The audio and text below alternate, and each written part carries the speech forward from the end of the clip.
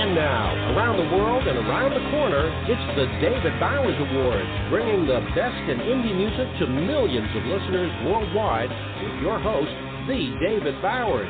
We've got a fantastic lineup of guests, our entire crew here at the Asylum, and me. I'm John Bon Jovial. And now, here's the voice of indie music, the David Bowers.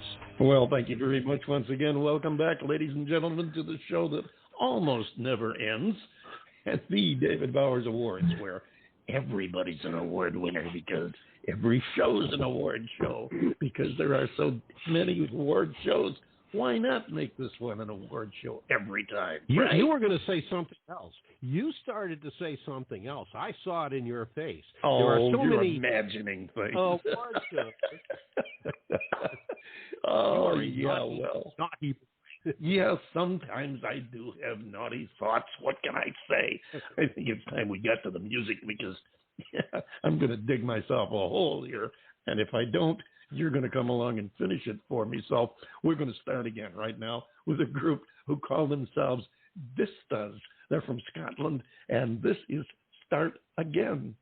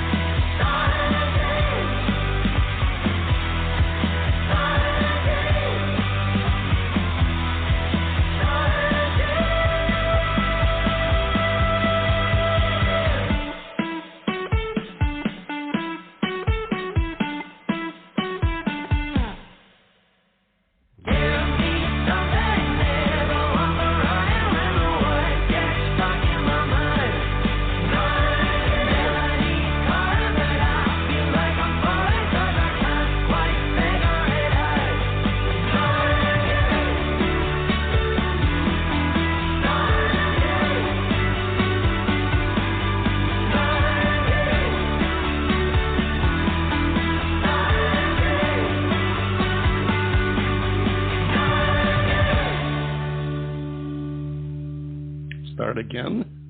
I hope not. Is that it? They're not going to really start again, are they? Is the music over now? I got that false ending made me jump.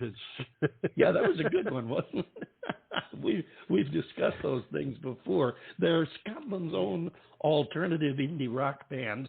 They released their debut album in May of last year, 2020, and they were inspired by the indie bands of the 2000s.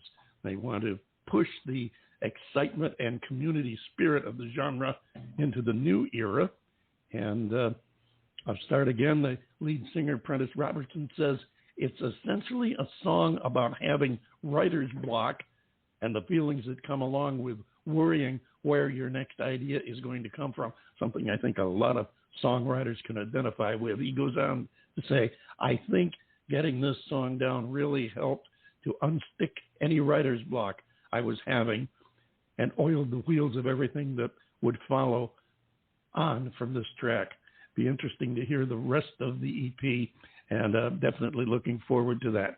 They call themselves Vistas. What say you, John Bon Jovial?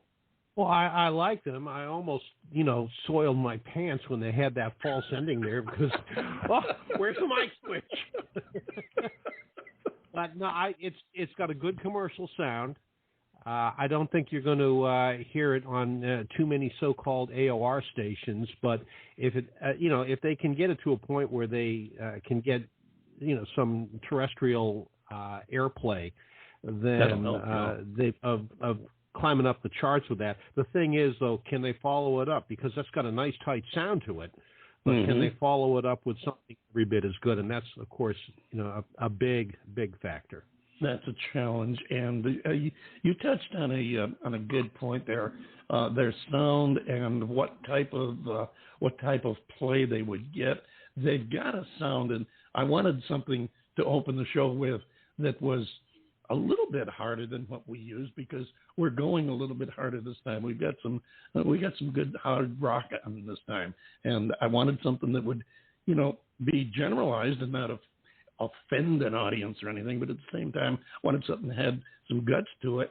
And I thought this kind of treaded the soil in between. It sort of sat on the fence, but it does present the problem. Does it get played by a rock station, or does it go to an MOR type station, or does it have the strength to cross over? Interesting there.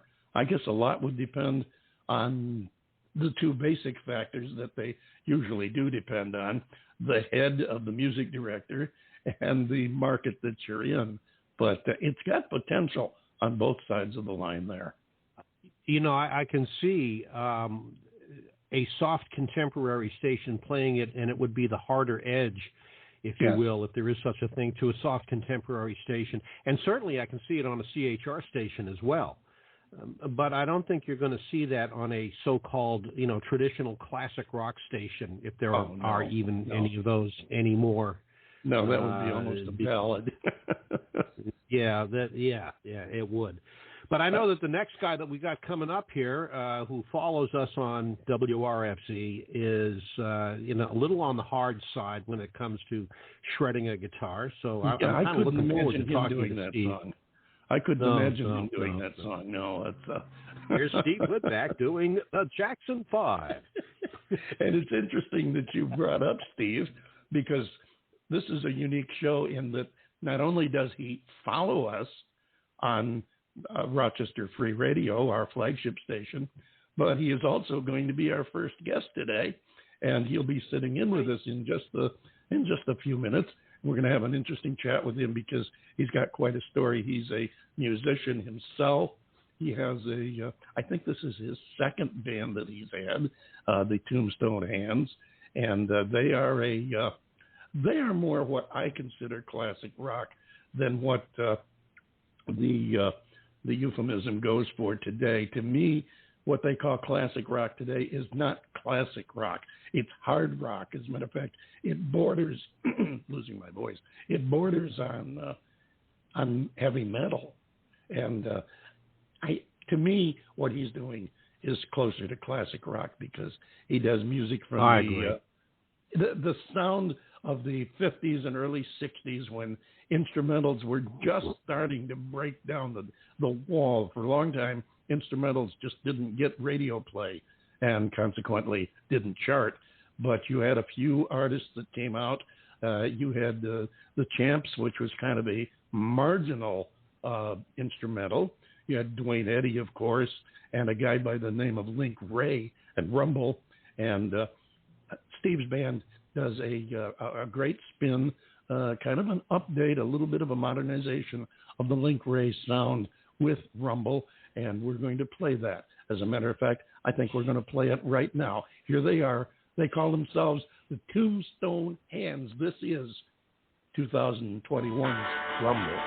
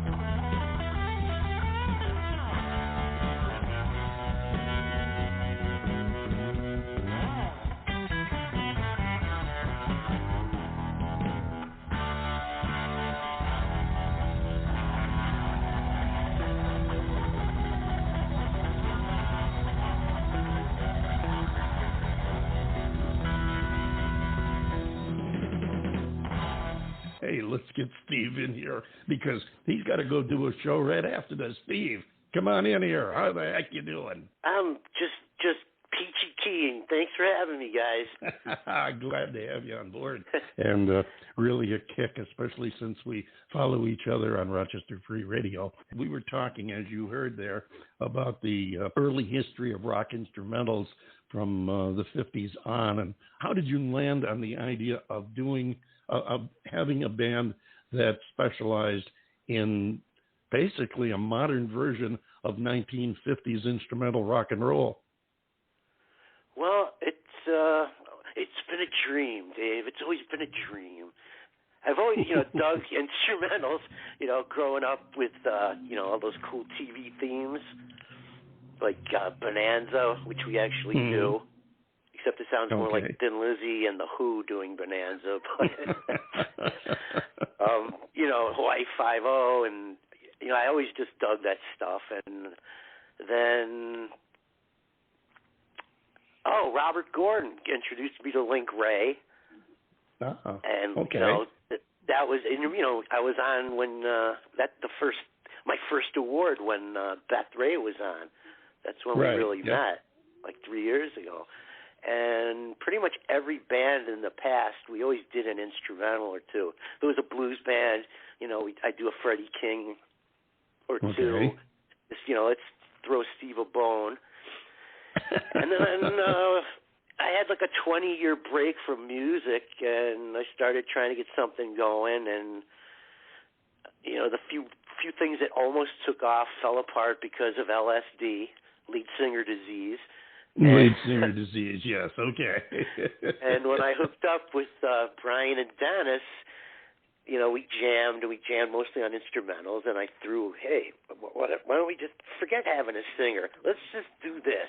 And Brian